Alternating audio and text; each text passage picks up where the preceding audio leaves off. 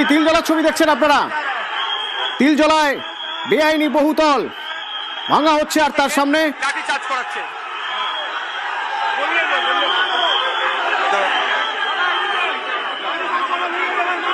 এলাকার মানুষ তারা স্লোগান দিচ্ছেন, বিক্ষোভ দেখাচ্ছেন। কেন? চেষ্টা করা হচ্ছে প্রশাসনের। তো হলো কি করে এটা? কাউন্সিলর কি করছিল? প্ল্যান পারমিশন কারা দিচ্ছিল?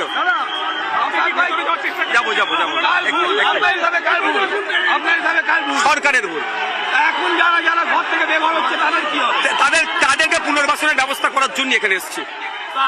কলকাতা পুলিশের কি কথা হলো? কলকাতা আমি যে কথা বলছি যাবো, অবশ্যই যাবো। অবশ্যই যাবো। আমাকে একটু ওদের সাথে কথা বলতে দিন। নওশাদ সিদ্দিকী গিয়েছেন যাদের ওই বিল্ডিং থেকে সরে যেতে বলা হয়েছে, দুটি বিল্ডিং থেকে, তাদের সঙ্গে কথা বলতে। তিনি দাবি করছেন যে কাউন্সিলরের দোষ, এই দোষে তাদেরকে ছাড়া হবে না, তাদেরকে বাড়ি ছাড়া কেন করা হবে? যদি ছাড়তেই হয় তাহলে পুনর্বাসন দিতে হবে। সুদীপ্ত আছে আমার সঙ্গে। কি অবস্থা সুদীপ্ত এখানকার?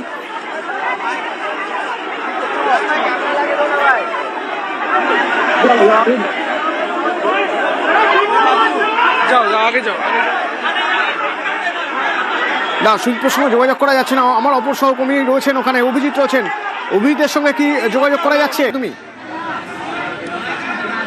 নওশাদ সিদ্দিকী আহ্বান করছেন যেন সবাই শান্ত থাকে, যদিও এলাকার মানুষ তাদের বক্তব্য যে যেভাবে এই বাড়ি ভাঙা হচ্ছে তা সম্পূর্ণ অবৈধভাবে, এবং এই বাড়ি ভাঙা হচ্ছে তাদেরকে না জানিয়ে, কোনো নোটিশ না দিয়ে, কোনো সময় না দিয়ে এইভাবে বাড়ি ভাঙার প্রতিবাদ জানাচ্ছেন।